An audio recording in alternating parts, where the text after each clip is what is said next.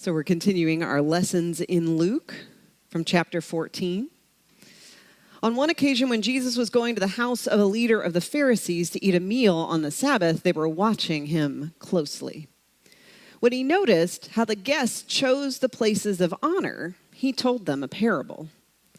When you are invited by someone to a wedding banquet, do not sit down at the place of honor in case someone more distinguished than you has been invited by your host, and the host who invited both of you may come and say to you, give this person your place, and then in disgrace you would start to take the lowest place. But when you are invited, go and sit down at the lowest place, so that when your host comes, he may say to you, friend, move up higher. Then you will be honored in the presence of all who sit at the table with you. For all who exalt themselves will be humbled, and those who humble themselves will be exalted.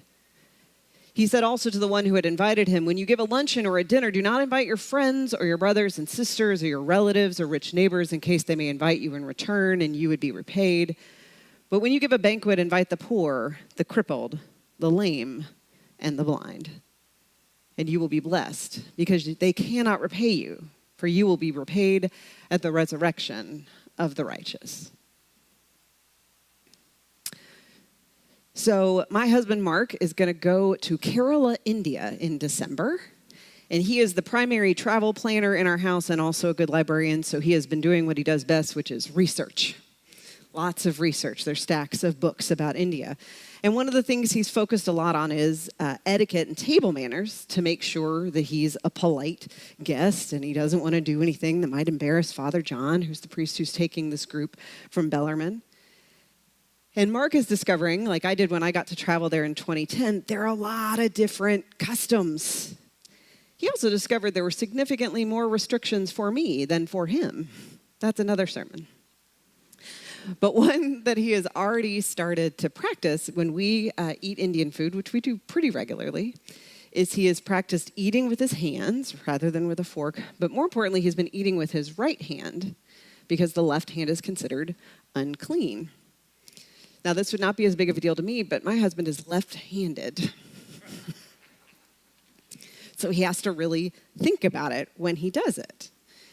And it's a reminder that every culture has their practices. And as many of you have known who have traveled, that there are people eat differently all around the world. And so you want to learn their table manners so you don't offend anybody, and more importantly, so you get invited back to more good meals. And in today's story, Jesus is trying to make it clear that the people he was eating with needed to learn some new table manners or some different table manners if they were going to eat at God's banquet. They were going to get a glimpse of God's kingdom, because when God is the host, things are going to go differently than what they were used to. It may even at first feel unnatural, like eating with your right hand when you're left-handed.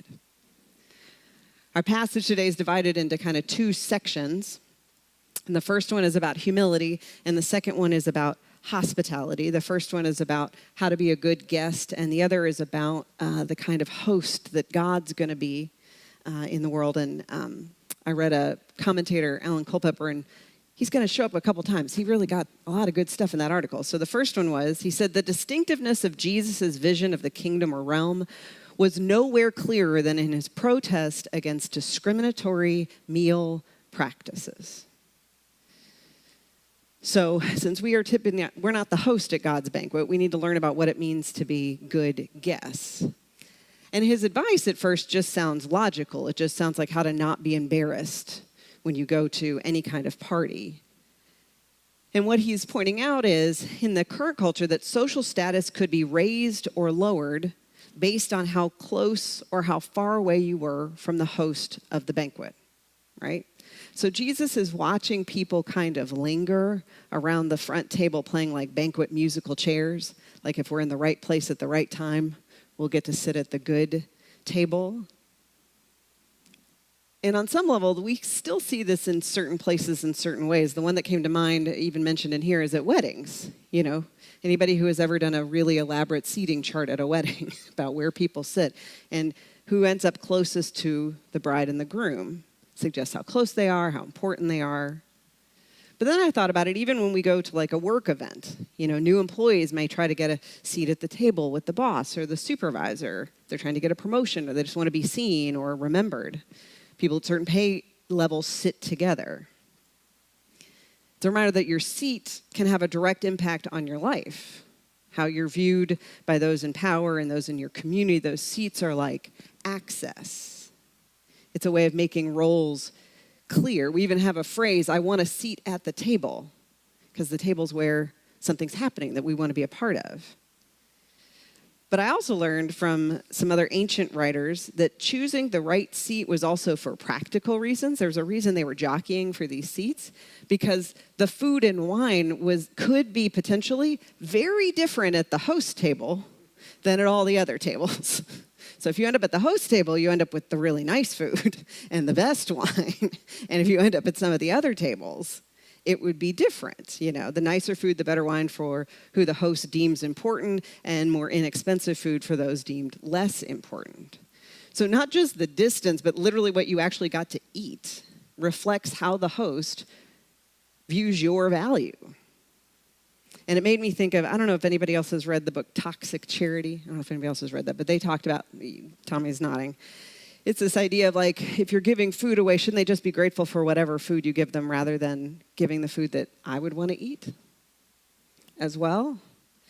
It's this idea of stratifying, that if one group gets the really fancy fish at the meal and the other group gets fish sticks, those two people are going to have a very different experience at the banquet, right? The people at the host table versus the people farther out. And yet this practice has been very hard to break, because we want to sit with interesting people, with powerful people, with people who have things we might want to learn about from, people who know things that we don't know. And we might think we have something to add to them. We have something they might have of use, something they might need. We might have a skill or an opportunity for them. This is how the world works. Except Jesus doesn't want it to work like that. He wants us to have different table manners.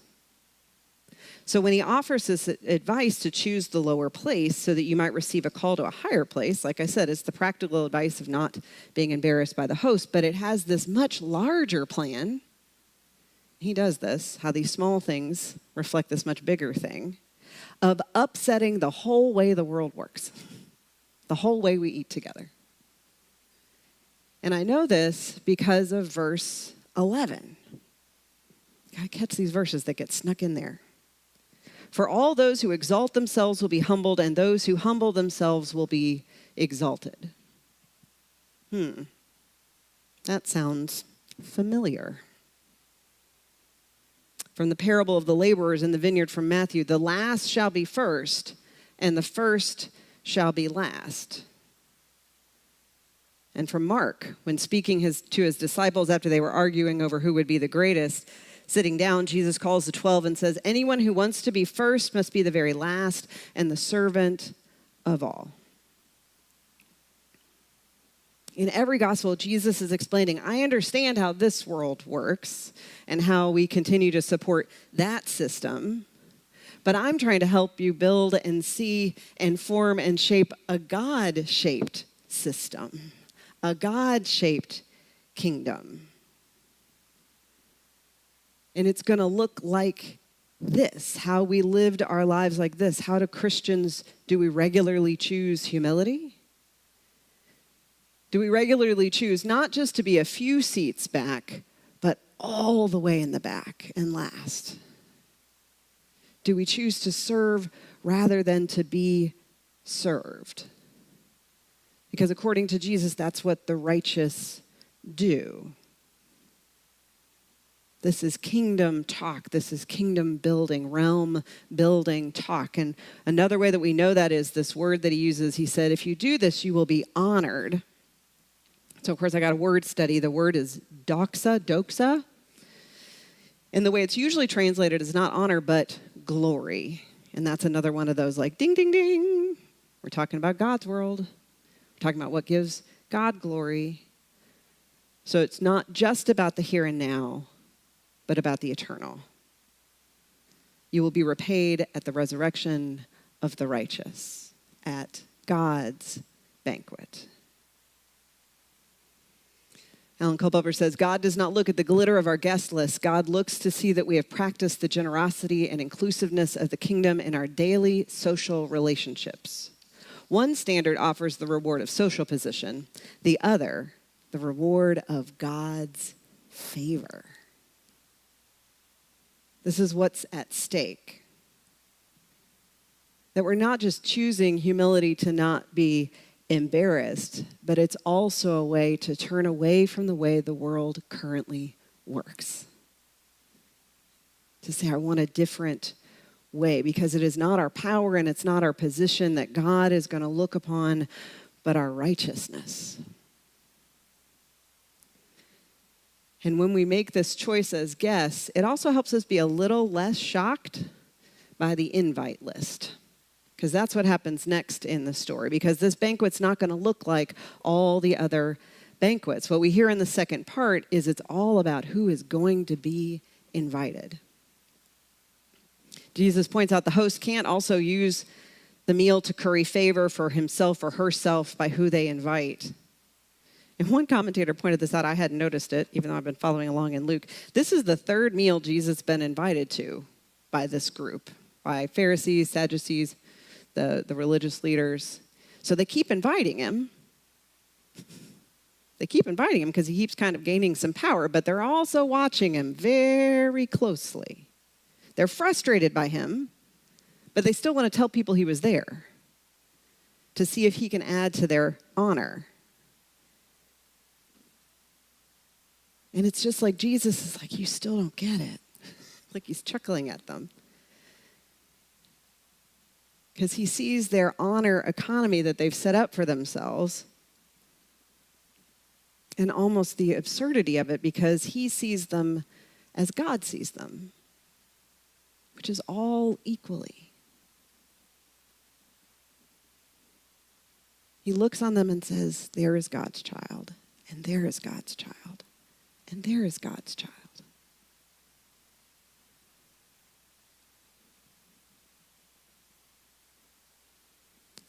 He doesn't look down on them, but he also doesn't see them as any more important than anyone on this new list of invites that he's about to offer.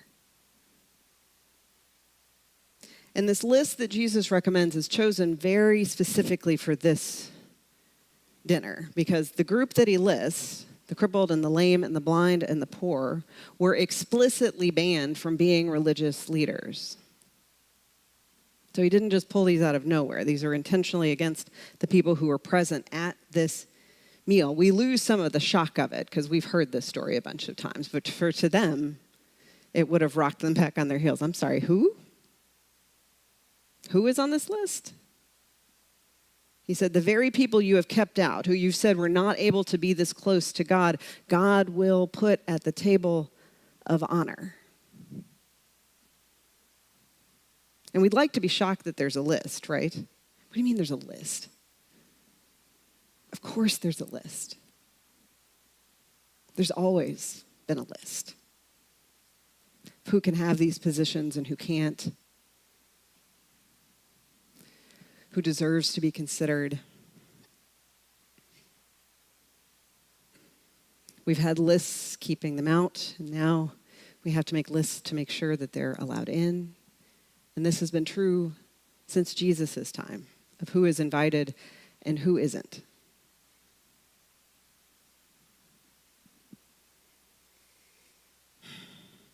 And even if the world is still arguing about this invite list, which we just might do forever because, we're humans,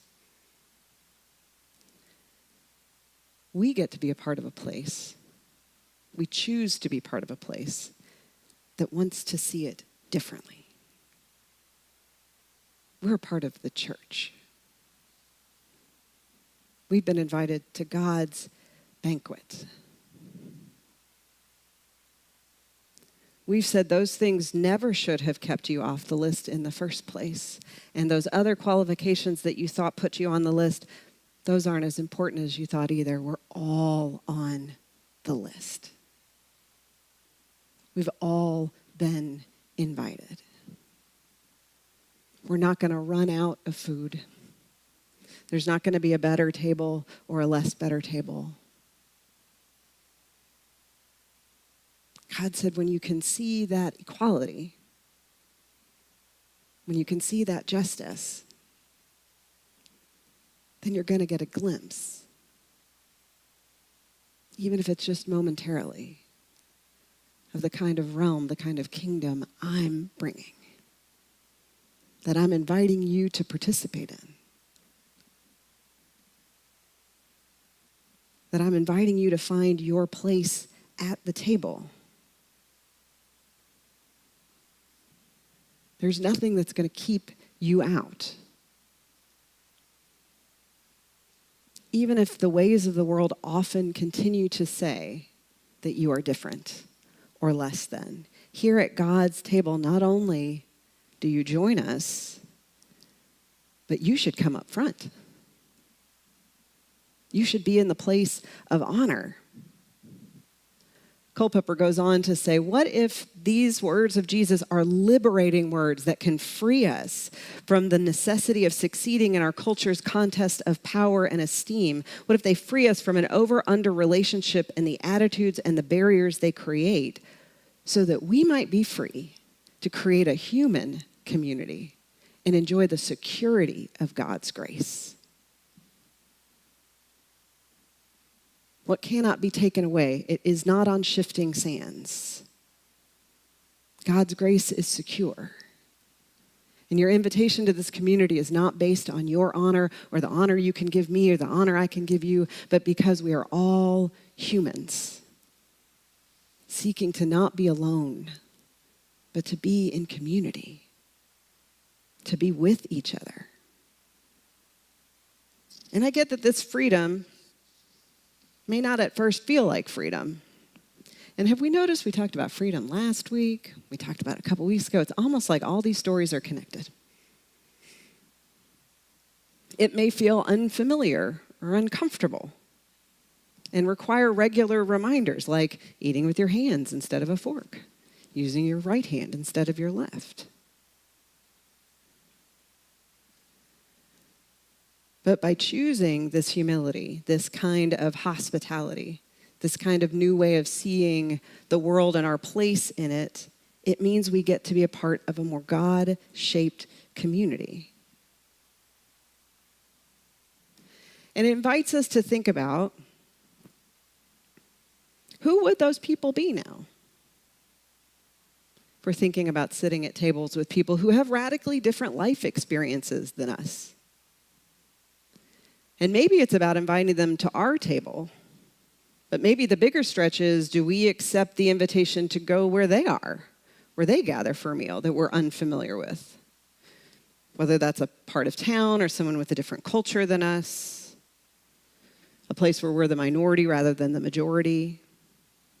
As a church, how do we get ourselves around different tables, listening to different voices, sitting equally with them? Where in this community, where in the world might we find ourselves if we aren't bound by this over-under model, this honor economy? Well, maybe here. If you haven't picked it up outside, there's an event at Iroquois Park coming up on September 11th from 5 to 7 called The Big Table. And all you have to do is bring a dish of food and sit down at a table. There will be people from all over the city, all different cultures, all different backgrounds. And what we're going to do is just share stories and share food. And we believe magical things happen, or I guess it's not magical, Christian God-shaped things happen there. No table will be bigger or better. Now, they might be different, so it might be important, what you end up eating depends on what table you're at. But I bet it's all going to be good. I bet there's not a table you're going to sit at that you're not going to leave full. They say, come hungry. Is it leave nourished? They had a great phrase for it. But it's also a chance to experience that glory that Jesus is trying to offer those in this story and offer it to us. One of the ways we have found ourselves all over the city is through our wholeness grants, as we see here in the pictures that we have spread out not only all over the city, but all over the country and all over the world. But we are also people all over the city, all over the community, all over the country. We need to be in all those places as well. Both inviting people to our open table in the best ways we know how, but also coming humbly as learners, finding ourselves at unfamiliar tables as well. It's Glennon Doyle, I'm pretty sure it's Glennon Doyle who says this, one of my favorite solutions to most of the world's problems. She said, if we would learn how to pray together and eat together and hold each other's babies, we might solve most things. Can I get an amen? Amen. And who doesn't want to hold babies or eat or pray? Here's the good news, y'all. We already do that. We call it church. And we are at our best. That is what we are doing together. We can practice that kind of humility and live out that kind of hospitality here. We can always learn new table manners, both about where we choose to sit and who we choose to sit with, based on humility and hospitality and the desire to create a human, not honor-based community, one where we rest fully and completely in the security of God's abundant and overflowing grace.